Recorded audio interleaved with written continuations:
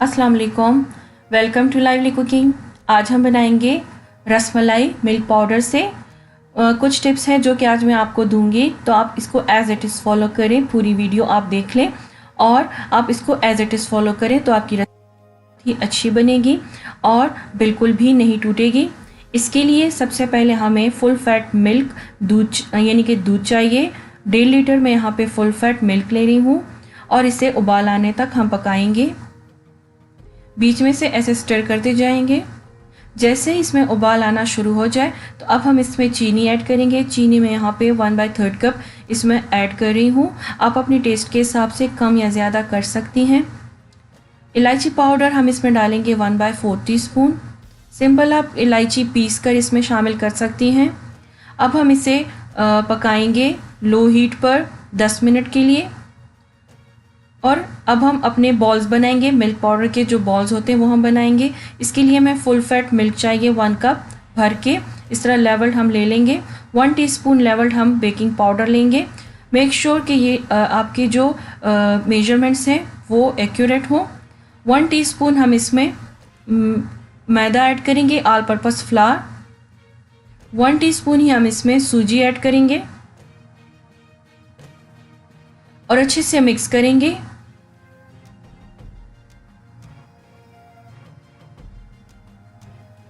याद रखें कि मेजरमेंट्स के लिए आप इसको लेवल करें, यानी कि जो चम्मच में आप लें तो उसको आप छुरी की मदद से लेवल करके इसमें ऐड कर लें। इस तरह अब हम इसमें 1 टेबलस्पून ऑयल ऐड करेंगे। याद रखें कि घी आपने ऐड नहीं करना, ऑयल ही ऐड करना है। एक अंडा लेंगे जो कि रूम टेम्परेचर पे होना चाहिए और इसे हम अच्छे से फेंट कर साइड पर रखेंगे। ऑयल को हम मिक्सचर में अच्छे से मिक्स करेंगे और इसके बाद हम इसमें आहिस्ता आहिस्ता करके अंडा शामिल करके इसे गूंथते जाएंगे। याद रखें एकदम से आपने इसमें सारे का सारा अंडा ऐड नहीं करना, पहले आप थोड़ा सा ऐड करें और उसे अच्छे से इस तरह करके मिक्स करें। अंडा जो है वो रूम टेम्परेचर पे होना चाहिए। थोड़ा थोड़ा करके आप इसमें अंडा ऐड करें। इस तरह करके आप इसे गूंथते जाएं। आटा हमारा इस तरह होना चाहिए जो जैसा कि हम नॉर्मल आटा गूंथते हैं तो उससे थोड़ा सा सख्त होना चाहिए लेकिन स्मूथ होना चाहिए। मेरा यहाँ पे पूरा अंडा इसमें यूज़ नहीं हुआ, थोड़ा सा मैंने इसमें तकरीबन 1 टेबलस्पून बच गया है अंडा। और इस तरह करके आप देख सकती हैं कि स्मूथ सा डो हमारा बनना चाहिए। ये हमारा स्मूथ सा डो बन के तैयार हो गया है और अब हम इसके बॉल्स बनाएंगे। डो को आपने बना के रखना नहीं है बिल्कुल भी। जैसे ही आपका डो तैयार हो जाए हाथ पे बिल्कुल भी नहीं चिपकना चाहिए। इस तरह करके अब हम इसके बॉल्स बनाएंगे। आपने डो को बिल्कुल भी रूम टेम्परेचर पे नहीं रखना। जैसे ही आपका डो बन जाए हाथ पर नहीं चिपक रहा हो तो आप इस तरह करके इसके छोटे छोटे बॉल्स बना लें या फिर ओवल शेप में। बिना क्रैक्स के आपने बनाने हैं, इसमें बिल्कुल भी क्रैक नहीं होना चाहिए। और बॉल्स को भी आपने इस तरह करके दबा लेना है। बॉल्स को भी हम रूम टेम्परेचर पे नहीं रखेंगे बिल्कुल भी। जैसे ही हम बॉल्स बनाएंगे तो एक एक करके हम इसमें डालते जाएंगे, यानी कि आप एक एक बॉल बनाएं और इस तरह करके आप दूध में डालते जाएं। जो मिक्सचर है उसे साइड पे रख दें और उसी से एक एक बॉल बनाकर इमीडिएटली आप इसमें डालते जाएं। बिल्कुल भी अपने साइड पे नहीं रखना वरना बॉल्स आपके सख्त हो जाएंगे और इसमें क्रैक्स पड़ जाएंगे। इस तरह करके हम इसमें एक एक बॉल डालते जाएंगे और साइज़ आप अपनी मर्ज़ी से छोटा या बड़ा कर सकती हैं। अगर आप दरमियाने साइज़ के बनाएंगे तो 10 से 15 मिनट में ही कुक हो जाएंगे। इस तरह एक उबाल आने तक हम इसे पहले पकाएंगे। एक उबाल आ चुका है। अब हम इसे इस तरह करके किसी कपड़े की मदद से देचकी को पकड़ेंगे, हल्का हल्का सा ऐसे इसको घुमाएंगे।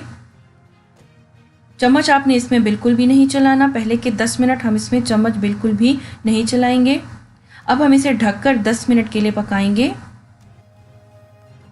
10 मिनट के लिए आपने इसे पका लेना है लो आंच पर, बिल्कुल लो आंच पर आपने इसे 10 मिनट के लिए पका लेना है।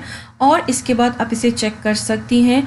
अगर एक छोटा सा बॉल आप उठा के देख लें, अगर ये कुक ना हुआ हो, इसके कुक होने की निशानी ये है कि ये बीच तक बिल्कुल ही वाइट हो चुका होगा। अगर इसके बीच में थोड़ा सा भी येलो कलर आपको नज़र आ रहा हो तो इट मीन्स कि ये अभी कुक नहीं हुआ। आप इसे मज़ीद 5 मिनट के लिए कुक कर सकती हैं। यहाँ पे जो बॉल्स मैंने बनाए हैं मीडियम साइज़ के हैं। तकरीबन 15 मिनट लगे हैं मुझे इसको कुक करने में। तो अगर आपके बॉल्स में क्रैक्स नहीं है तो आप इसे अच्छे से पका सकती हैं। 10 से 15 मिनट में ही आपकी लजीज सी रसमलाई तैयार होगी। 10 से 15 मिनट बाद हम फ्लेम ऑफ कर देंगे और जो इसके बॉल्स हैं वो हम निकाल कर सर्विंग डिश में रखते जाएंगे। इस तरह करके एहतियात से अब सारे बॉल्स निकाल लें और इसको डिश में रख लें, जो कि आपका सर्विंग डिश है तो आप इसमें रख लें।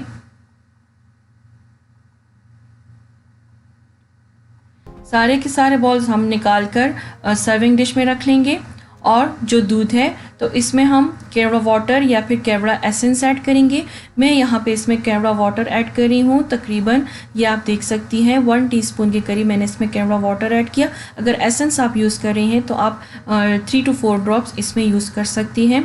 और इसके बाद जो हमने रसमलाई डिश आउट की थी तो इसके ऊपर जो सारा दूध था वो हम इसके ऊपर डाल लेंगे।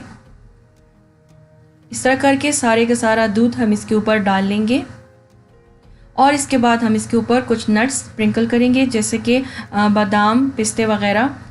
इस तरह करके बादाम और पिस्तों की स्लाइस हम इसके ऊपर डाल लेंगे। इसे पहले हम रूम टेम्परेचर पे ठंडा करेंगे।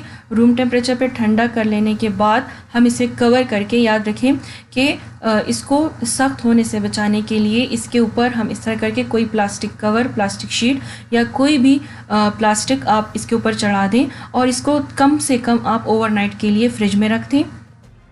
ओवरनाइट के लिए आप इसे फ्रिज में रखने के बाद सर्व कर सकती हैं। बहुत ही ज़बरदस्त और बहुत ही सॉफ्ट हमारी रसमलाई तैयार होगी, जो कि बिल्कुल अंदर तक पकी हुई होगी और इसका जो जूस यानी कि जो मिल्क होगा वो इसने अंदर तक इसने जज़्ब कर लिया होगा। बहुत ही ज़बरदस्त किस्म की ये रसमलाई बनती है। आप इसे ज़रूर बनाइए, ज़रूर ट्राई कीजिए। और अगर आपको कोई भी क्वेश्चन हो तो आप मुझे कमेंट बॉक्स में पूछ सकती हैं। अगर आपको मेरी रेसिपी अच्छी लगती है तो मेरे चैनल को सब्सक्राइब करना मत भूलिएगा। Thank you for watching. अल्लाह हाफिज़।